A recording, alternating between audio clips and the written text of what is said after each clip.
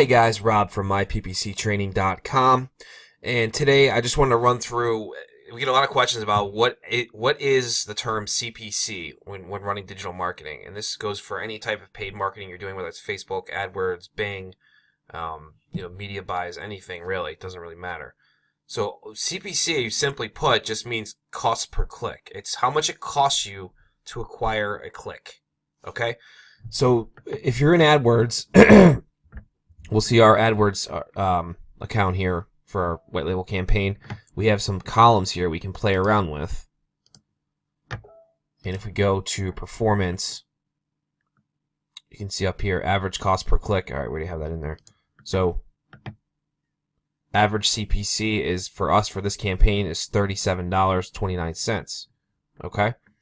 So that could be a range of different things depending on what industry or niche you're in. It doesn't really matter.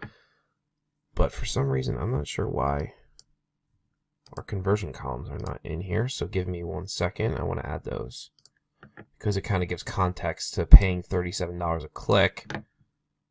So you can see we're not getting $500 leads. Okay.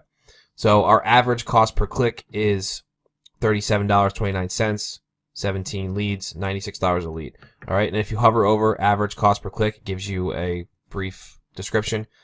Average cost per click is the amount you've paid for your ad divided by its total clicks. If your ad receives 2 clicks, one costing 20 cents and one costing 40 cents, your average cost per click for those clicks is 30 cents. All right, so it's just the averaging together of all your different click prices you're paying for keywords and stuff like that. And this goes across all paid marketing platforms. Average CPC is going to be the same, so it doesn't matter what you're in.